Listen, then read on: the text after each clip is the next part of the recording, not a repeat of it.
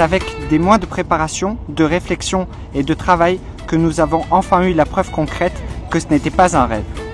Nous allons embarquer ce fameux 1er décembre 2023 à bord d'un avion nous menant en Tanzanie. Oui, notre première destination choisie pour notre tour du monde. Le mot est donc posé. Un tour du monde. Et vous savez quoi? On vous emmène avec nous.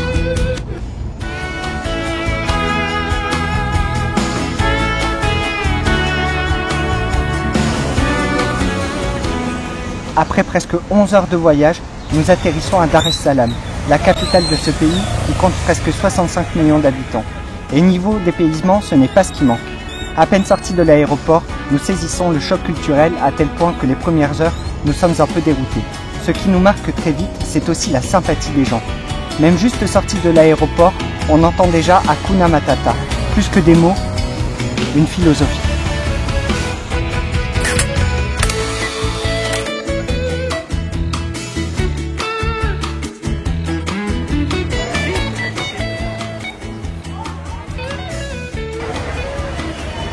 Bienvenue au Fish Market. Alors ici, je vous présente, c'est le premier endroit quand on rentre, c'est la cuisine du poisson qui vient d'être pêché. Ce sont principalement les femmes qui cuisinent ce poisson. Pour la petite histoire, ce sont des femmes qui étaient prostituées. Le gouvernement les a récupérées pour arrêter la prostitution et du coup leur a proposé un poste ici au Fish Market pour qu'elles cuisinent. C'est la cuisine exclusivement faite par les femmes et on vous montre juste après. La suite, c'est le point de pêche avec la vente au gros et au détail des poissons. Suivez-moi.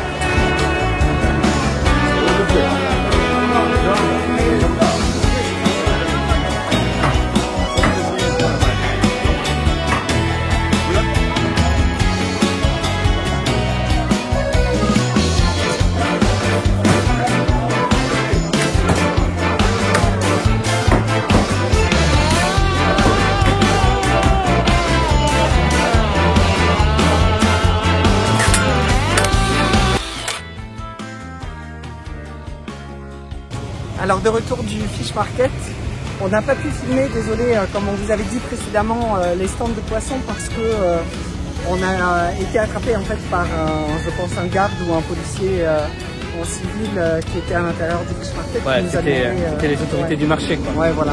Il nous a demandé pourquoi est-ce qu'on filmait, dans quel intérêt, et il nous a dit que c'était interdit.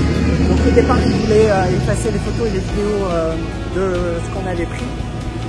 Et au final, il nous a dit prenez soin de vous, en gros attention quoi.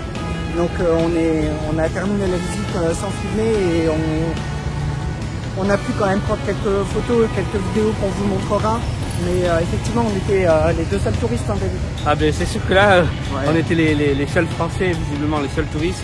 Et en tout cas c'est très impressionnant à voir le nombre de poissons, de pieuvres, calamars, etc. Ouais. Donc voilà. On vous partage ça et on continue notre visite de Dar es Salaam, notamment l'église, vous allez voir un peu le centre et on va aller se restaurer un peu hein, parce qu'il est 12h30. Ce qu'on vous a pas dit également, c'est que le Fish Market engraine beaucoup de monde, notamment beaucoup de femmes parce que elles viennent acheter le poisson mais elles ne font pas que l'acheter, elles le préparent au sein du Fish Market avant de l'amener à la maison pour que déjà ce soit un peu plus propre. Et aussi par convenance, c'est un peu une tradition de ce qu'on a compris, de ce qui se fait au sein du marché. Donc c'est vrai que il y avait énormément de monde. L'odeur est assez forte, hein. Ça sent évidemment le poisson, mais avec la chaleur et tout ça, je pense que c'est un peu décuplé, mais c'est très sympa à voir.